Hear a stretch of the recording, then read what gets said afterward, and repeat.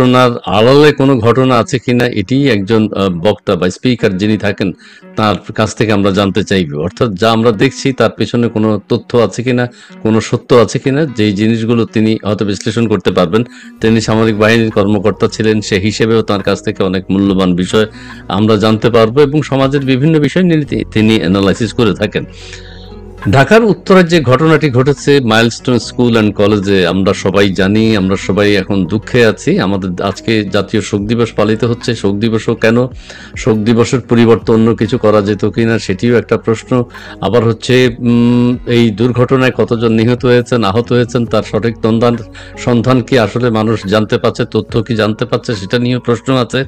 তাছাড়া এই দুর্ঘটনা কেন, এই জনবহুল এলাকায় বিমান উড্ডয়নের পারমিশন আছে কিনা বা উড্ডয়ন করার নিয়ম আছে কিনা, সেই বিষয়গুলো চীনের কিছু কিছু প্রকৌশলী সেই মাইলস্টোন স্কুল নাকি ভিজিট করেছেন, তারা বলছেন এটা যান্ত্রিক গোলযোগ। সেটাও কেন বলেছেন?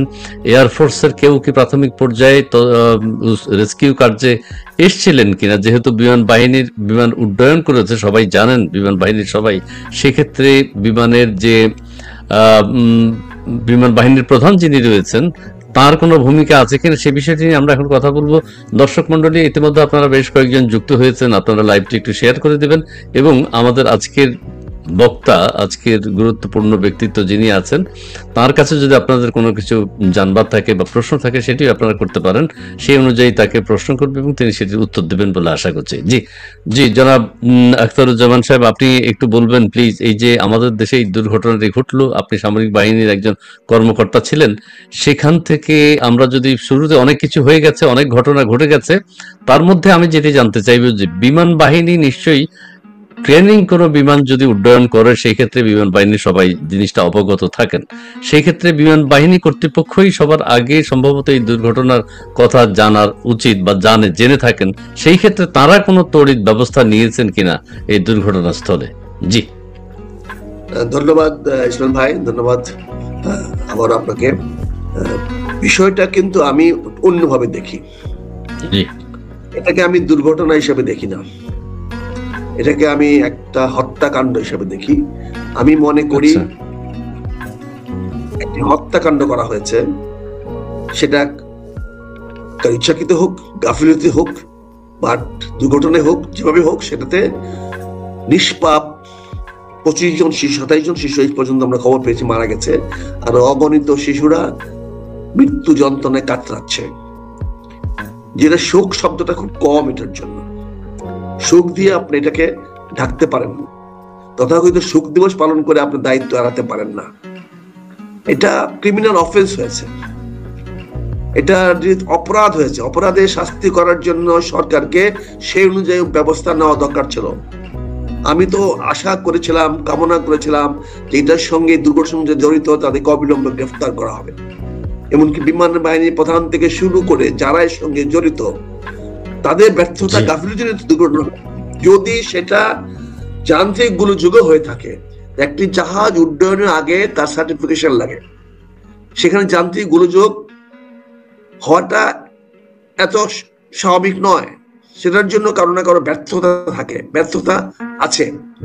তারপরে আপনাকে বলা হয়েছে প্রশিক্ষণ ট্রেনিং বিমান, এবং সেখানে বলা হয়েছিল সোলো ফ্লাইট, অর্থাৎ একজন ফ্লাইট লেফটেন্যান্ট তার জীবনে প্রথম একা একটা বিমান চালাতে যাচ্ছে।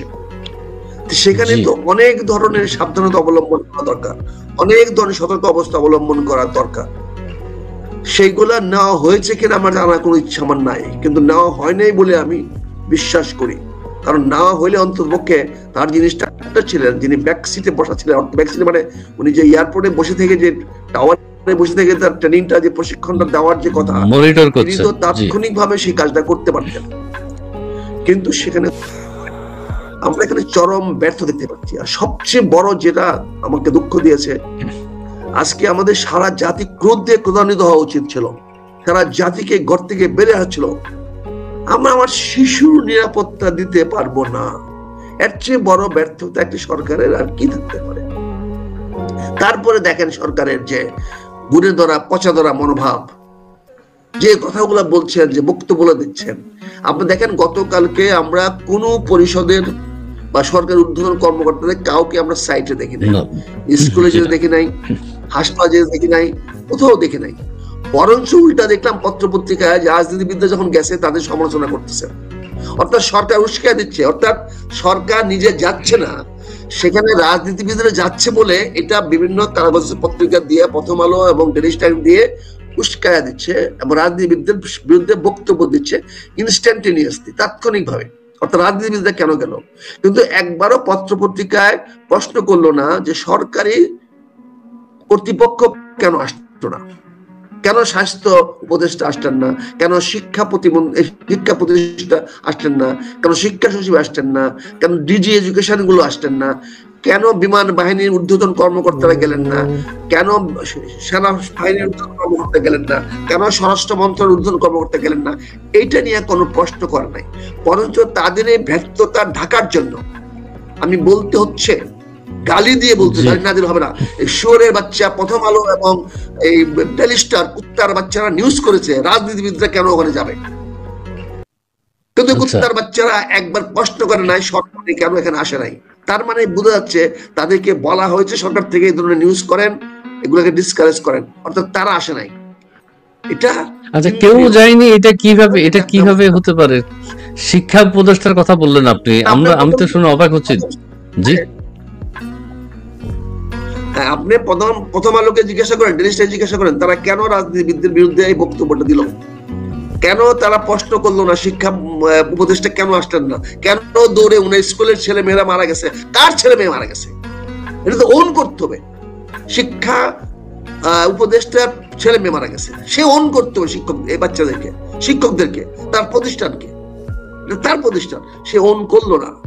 বলেন জি জি জি, এখন আপনি বলেন, বিষয়। এখন আপনি আমরা কি অবস্থার মধ্যে আছি? এখন এগুলো বললে আপনারা বলুন আমরা গালাগালি করি, গালাগালি ছাড়া তো আপনারা, আপনাদের গায়ের চেয়ে আমরা এত মোটা, গালাগালি ছাড়া প্রকাশ করা যাচ্ছে না। রাইট, হ্যাঁ, এখানে অ্যাপ্রোপ্রিয়েট ওয়ার্ড শুনতে পাচ্ছি, অ্যাপ্রোপ্রিয়েট ওয়ার্ড শুনতে পাচ্ছি, এই জন্য আমি বলতে বাধ্য হচ্ছি।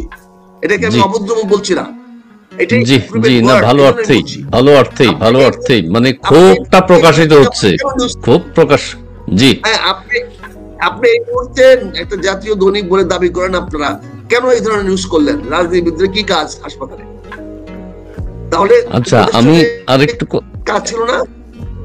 এখন যে সঠিক তথ্যগুলো আমরা জানতে পাচ্ছি না, হাসপাতাল কর্তৃপক্ষ, সেনাবাহিনী বা স্কুল কর্তৃপক্ষ সবাই মিলে যদি যৌথভাবে একটা কতজন আহত হয়েছেন, নিহত হয়েছেন, অনাকাঙ্ক্ষিত দুর্ঘটনায় কতজন মারা গেছেন, সেই তথ্যগুলো যদি অভিভাবকদেরকে জানানো হতো, তাহলে কিন্তু দেশে এত গুজব প্রচারিত। কেউ বলছেন 300 জন মারা গেছে, কেউ বলছেন 200 জন মারা গেছে, কেউ বলছেন 100 জন মারা গেছে।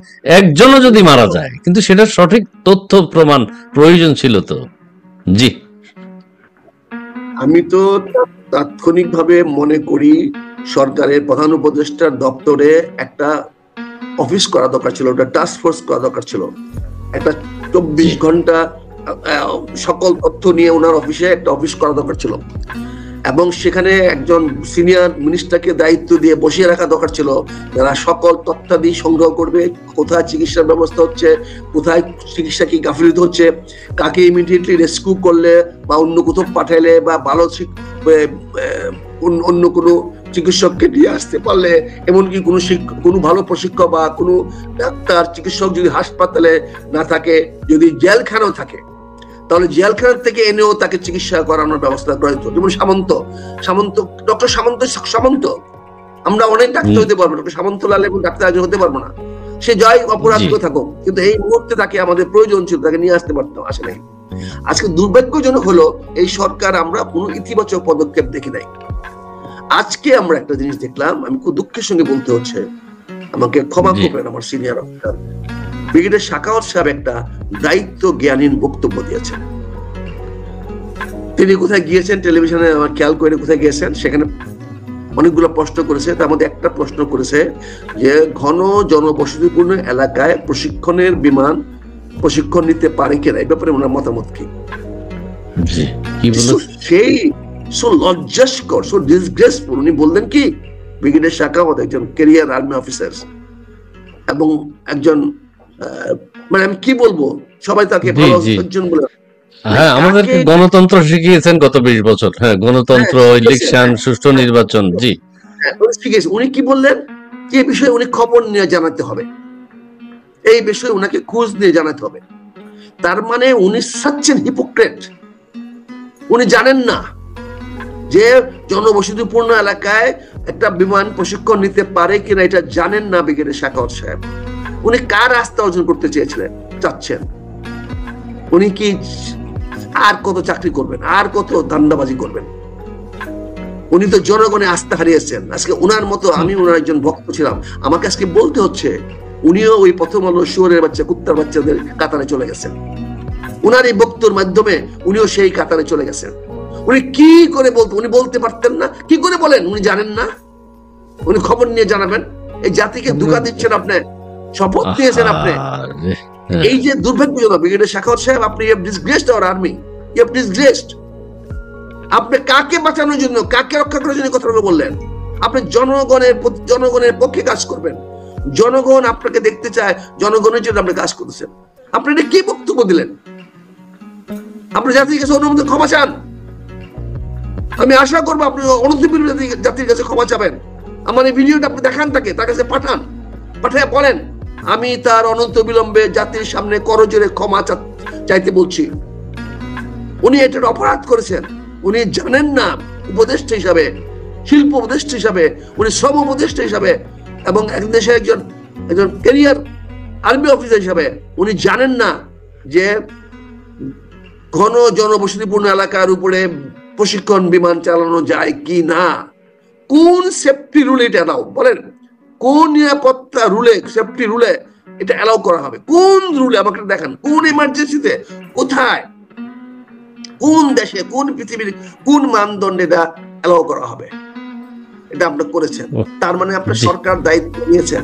অর্থাৎ আমরা আশা করেছিলাম, আমরা চেয়েছিলাম বিমান বাহিনী প্রধানের ব্যর্থতা, এখন দেখছি এটা সরকারের ব্যর্থতা। ব্রিগেডিয়ার সাখাওয়াত সাহেব সরকারের উপরে দায়িত্ব নিয়ে গেলেন। তার সরকার জানে না কোনটা সঠিক কোনটা বেঠিক। বেঠিক। এই জি, সরকার আমি এখানে কালেক্টিভ রেসপন্সিবল। সো ব্রিগেডিয়ার সাখাওয়াতের বক্তব্যের মাধ্যমে তিনি দায়িত্ব নিয়ে নিলেন যে এই বর্তমান যে সরকার বাংলাদেশে কাজ করছে, তারা তাদের দায়িত্ব কি, তাদের ক্ষমতা কি তারা জানে না। সেটাই জানে না। জি, জি। আচ্ছা, আপনাকে আরেকটি, আমি একটা, জি, আই কন্ডেম ইট, এবং আমি ব্রিগেডিয়ার সাখাওয়াতের প্রতি নিন্দা প্রকাশ করছি। আমি আশা করি উনি উনার বক্তব্যের জন্য জাতির কাছে ক্ষমা চাইবেন। জি, জি, ধন্যবাদ। আপনাকে আর আরেকটি বিষয় একটু বলতে চাই যে আমি একটা ছোট্ট কথা বলি। ধরেন গুলিস্তানে একটা সমাবেশ হচ্ছে, সমাবেশে একটা বাস ঢুকে গেল, এটা আমি একটু আগে বলেছি, বাস ঢুকে গেল এবং সেখানে হতাহত অনেক। সেখানে তখন বাস ড্রাইভারের চরিত্র কৃতিত্ব নিয়ে আমরা আলোচনা শুরু করেছি, বাস ড্রাইভারের উত্থান নিয়ে আলোচনা করছি, বাস ড্রাইভার কোথায় জন্মগ্রহণ করেছেন, বাস ড্রাইভারের স্ত্রীকে, সেই বিষয়গুলো মানুষের তখন কেমন লাগবে? হত্যাকাণ্ড নিয়ে, চিকিৎসা নিয়ে, কতজন মারা গেছে সেটা নিয়ে কোনো ব্যবস্থা নেই, কিন্তু আমরা বাস ড্রাইভার কোথায়, কিভাবে চাকরি পেয়েছেন, কিভাবে বাস ড্রাইভ করেছেন, কোথায় প্রশিক্ষণ নিয়েছেন, সেগুলো নিয়ে আলোচনা করছি। সেই মুহূর্তে জনগণের অবস্থা কি দাঁড়াবে, মনের অবস্থা কি দাঁড়াবে? আমরা এখন যেটা দেখতে পাচ্ছি যে একজন পাইলট মৃত্যুবরণ করেছে, দুর্ঘটনায় নিহত হয়েছে, এটাও দুঃখজনক। কিন্তু ছেলে মেয়েদের যে আজকে এই বিপর্যস্ত অবস্থা, অভিভাবকদের যে আজকে এই বিপর্যস্ত অবস্থা, সেই অবস্থাকে গুরুত্ব না দিয়ে একজন পাইলটকে নিয়ে এত আলোচনা আপনার কাছে কেমন মনে হচ্ছে? দুর্ঘটনা যে পাইলট নিহত হয়েছে সেটা দুর্ভাগ্যজনক না, সেটা হলো কি বলে, আপনি এটাকে দুঃখজনক বলবেন না, এটা দুর্ভাগ্যজনক বলবেন। কারণ এই পাইলটটাকে আমরা প্রশিক্ষণ দিতে পারি নাই, প্রপার প্রশিক্ষণ দিতে পারে নাই। কাজেই প্রশিক্ষণ দিতে না পারার কারণেই তার পক্ষে সে এরকম একটা দুর্ঘটনা ঘটাতে বাধ্য হয়েছে। সে দায়িত্ব তার সম্পূর্ণ। হ্যাঁ, আমি গতকালকে রাত্রে বলেছি যে তার পরিবারকে রাজশাহীতে নিয়ে এসে হেডলাইন নিউজ করা, ছবি দেখানো, এটা অমানবিক হয়েছে। এটা এই যে সমস্ত শিশুরা মারা গেছে তাদের প্রতি প্রহসন করা হয়েছে, তাদের প্রতি অসম্মান করা হয়েছে।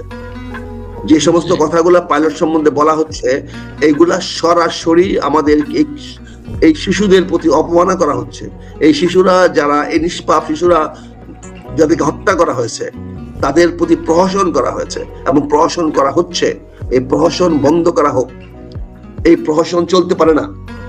দুর্ঘটনা, সব দুর্ঘটনা না। আচ্ছা আপনার ব্যর্থতা আর দুর্ঘটনা এক জিনিস নয়। কাজে ব্যর্থতা আর দুর্ঘটনা এক জিনিস হবে না। আপনি কেলাসির কাজ করবেন, আপনি দুর্ঘটনা করবেন, দ্যাট ক্যানট বি দুর্ঘটনা। এখানে বিমান ওই পাইলটের কেলাসিস আছে কিনা, তার ব্যর্থতা আছে কিনা, সে যান্ত্রিক গোলযোগ হইতে পারবে কি পারবে না, এখানে যদি আপনি ঠিক মতো হ্যান্ডেল না করেন, সুইচ অন অফ না করেন, তাহলে গোলযোগ হইতেই পারে। সেটা তো যন্ত্রের দোষ না, যন্ত্রকে যে চালাবে তাও তো দোষ আছে, তাও তো গাফিলতি আছে। এখন যদি সে গার্লফ্রেন্ডের সঙ্গে টেলিফোনে কথা বলে যদি সে চালায়, যদি সেখানে তার মোবাইল ছিল কিনা, ওই ফ্লাইটের কাছে মোবাইল ছিল কিনা দেখতে হবে, সেটা আবার ভিডিও করে তার গার্লফ্রেন্ডকে দেখাচ্ছে কিনা, তার পরিবারকে দেখাচ্ছে কিনা। কারণ আমরা জানতে পারলাম তার প্রথম সলো প্রশিক্ষণ হবে, সেটা তার পরিবার জানতো। কি করে জানতো? সেনাবাহিনীর প্রশিক্ষণ তো একটা কনফিডেন্সিয়াল ম্যাটার্স। ওই অফিসার আজকে সলো ফ্লাইটে চালাবে, এটা তার পরিবার কি করে জানবে?